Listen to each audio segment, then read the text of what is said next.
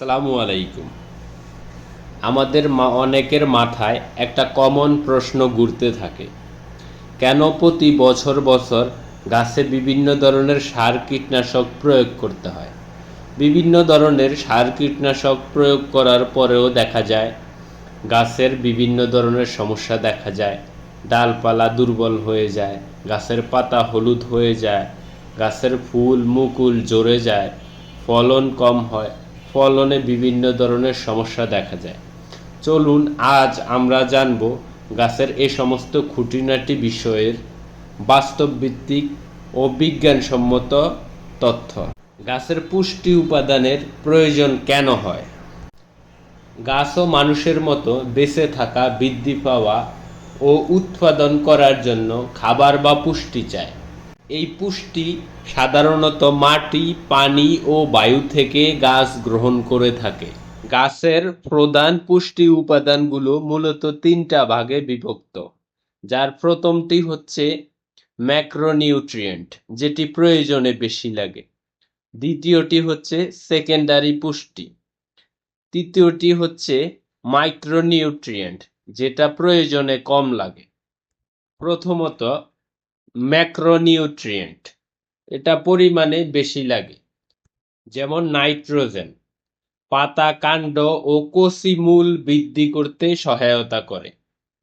Phosphorus মূলের গঠন শক্ত করে, ফুল ফল ঝরা রোধ করে, যার ফলে ফলন বৃদ্ধি পায়। পটাশিয়াম গাছের রোগ প্রতিরোধ করে, ফলের রং, স্বাদ ও আকার সঠিকভাবে বজায় রাখতে সহায়তা করে। ক্যালসিয়াম, ম্যাগনেসিয়াম, সালফার খুবই গুরুত্বপূর্ণ সেকেন্ডারি পুষ্টি উপাদান। এগুলা ছাড়া গাছ পূর্ণভাবে বেড়ে উঠতে পারে না। ক্যালসিয়ামের কাজ, ক্যালসিয়াম মূলত গাছের কোষ প্রাচীর শক্ত করে, ফলে গাছ শক্তপোক্ত হয়। নতুন কুঁড়ি, মূল, আগা, ফুল ফল গঠনে সাহায্য করে। গাছের টিস্যুতে স্ট্রেস সহ্য শক্তি বাড়ায়, গরম, ঠান্ডা, রোগ, লবণাক্ততা ইত্যাদি। ফলের গায়ে ফাটল ধরা ও ব্লসম অ্যান্ড রড প্রতিরোধ করে।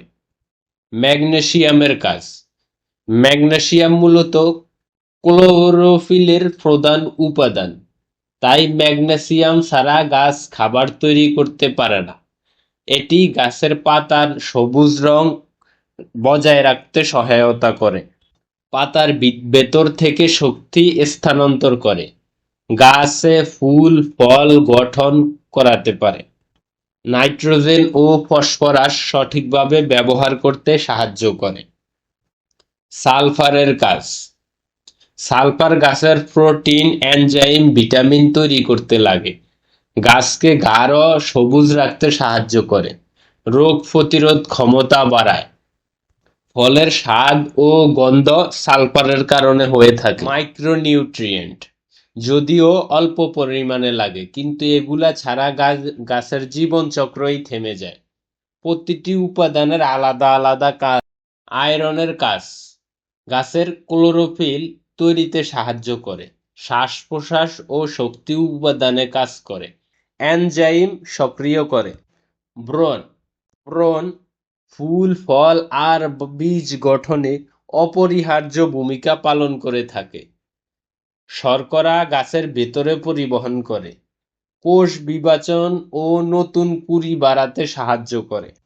জিঙ্কের কাজ, জিঙ্ক হরমোন তৈরি করে, যার ফলে ডালপালা লম্বা হয়, পাতা গাঢ় সবুজ করে, প্রোটিন তৈরিতে সাহায্য করে।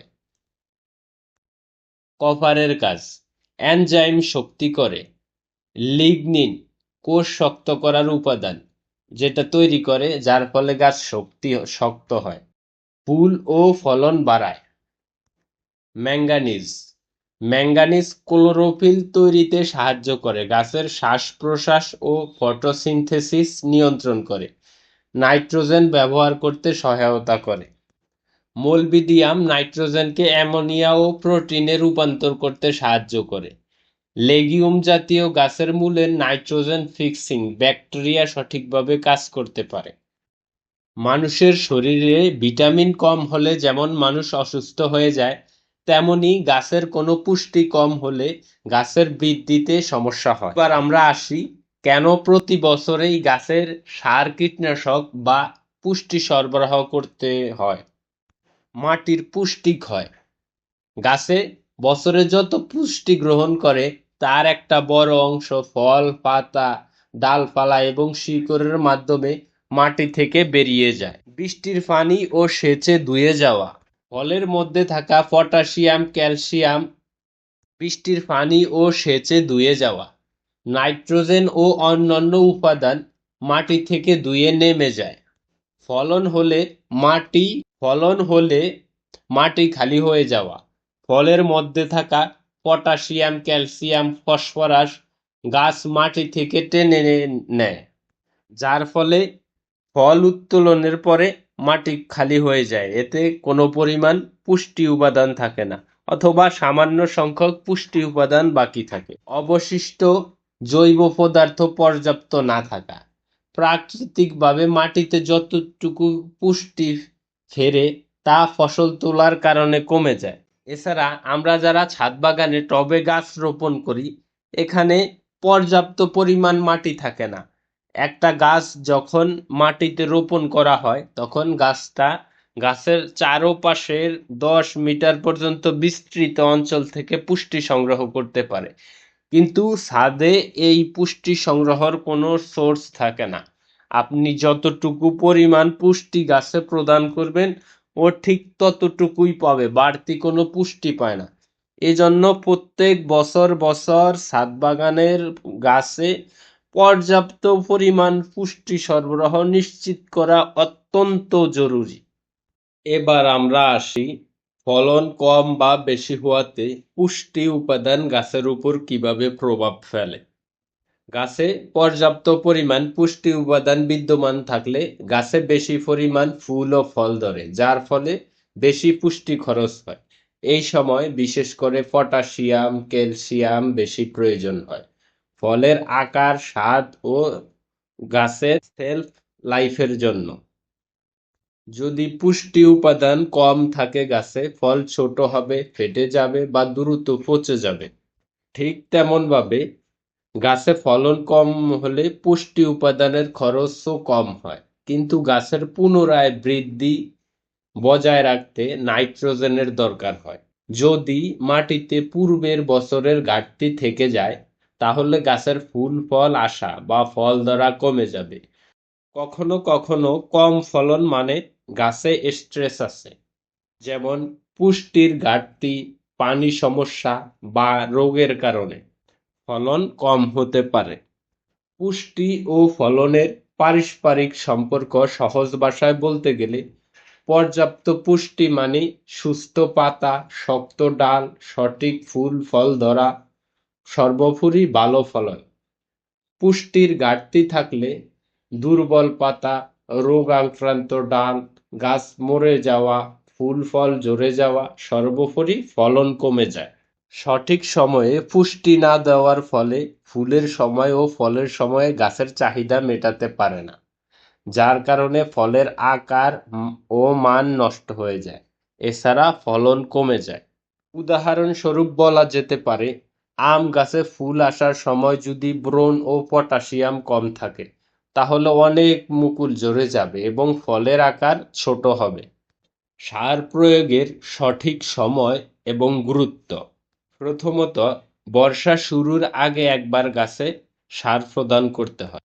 এই সময় গাছের গোড়ার মাটিতে জৈব সার এবং গাছে বিভিন্ন পুষ্টি উপাদান সম্মিলিত সার স্প্রে করে দিতে পারেন, অথবা আমাদের এই নিউট্রিশন প্লান্ট ফুড ফার্টিলাইজারটি স্প্রে করতে পারেন, যার ফলে গাছের শক্তি বৃদ্ধি পাবে, গাছের গ্রোথ ভালো হবে, ডালপালা শক্তিশালী থাকবে, ফুল ফল বেশি ধরবে।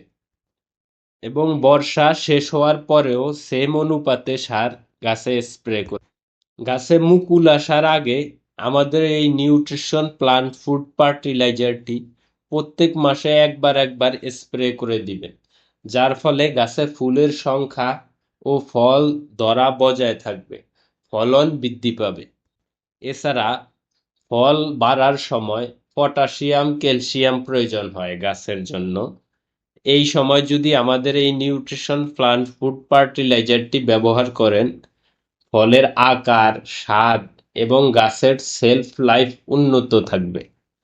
ফল তোলার পরবর্তীতে আমাদের এই নিউট্রিশন প্লান্ট ফুড ফার্টিলাইজারটি স্প্রে করলে গাছে নাইট্রোজেন সহ প্রয়োজনীয় পুষ্টি উপাদানগুলো বিদ্যমান থাকবে, যার ফলে গাছে নতুন পাতা ও ডাল গজাতে সাহায্য করবে।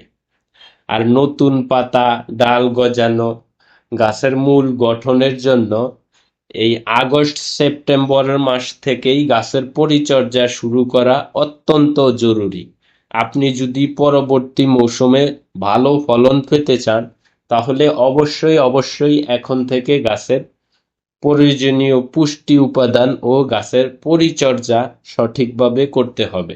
আপনার গাছের প্রয়োজনীয় পুষ্টি উপাদান নিশ্চিত করতে ও বাগানের ফলন বিদ্যমান রাখতে আপনি প্রত্যেক মাসে আমাদের এই নিউট্রিশন প্লান্ট ফুড ফার্টিলাইজারটি একবার স্প্রে করতে পারেন। আপনি যদি একজন প্রকৃতপক্ষে বৃক্ষপ্রেমী হয়ে থাকেন, তাহলে এই মৌসুমের ফলন বৃদ্ধির জন্য এখন থেকেই আমাদের এই সারটি আপনি প্রত্যেক মাসে একবার করে গাছে স্প্রে করে দিবেন। প্রয়োজনে পরীক্ষামূলকভাবে এই সিজনটা এই নিউট্রিশন প্লান্ট ফুড ফার্টিলাইজারটি স্প্রে করে দেখেন, ইনশাল্লাহ আপনি খুব ভালো ফলন পাবেন।